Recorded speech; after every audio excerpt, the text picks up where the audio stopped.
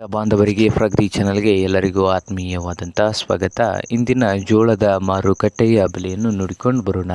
ಇನ್ನೂ ಯಾರು ಹೊಸದಾಗಿ ನಮ್ಮ ಯೂಟ್ಯೂಬ್ ಚಾನಲ್ ನೋಡ್ತಾ ಇದ್ದರೆ ತಪ್ಪದೆ ಸಬ್ಸ್ಕ್ರೈಬ್ ಆಗಿ.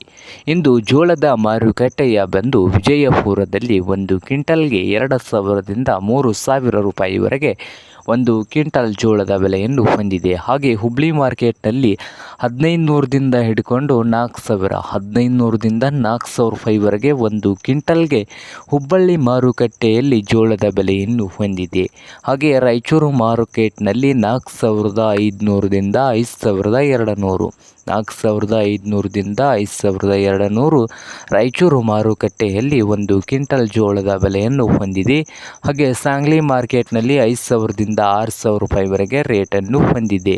ಹಾಗೆ ಇನ್ನೊಂದು ಮಾರುಕಟ್ಟೆ ಕಲಬುರಗಿಯಲ್ಲಿ 3,000 ರೂಪಾಯಿದಿಂದ 3,500 ರೂಪಾಯಿವರೆಗೆ ರೇಟನ್ನು ಹೊಂದಿದೆ 1 ಕ್ವಿಂಟಲ್ ಜೋಳಕ್ಕೆ.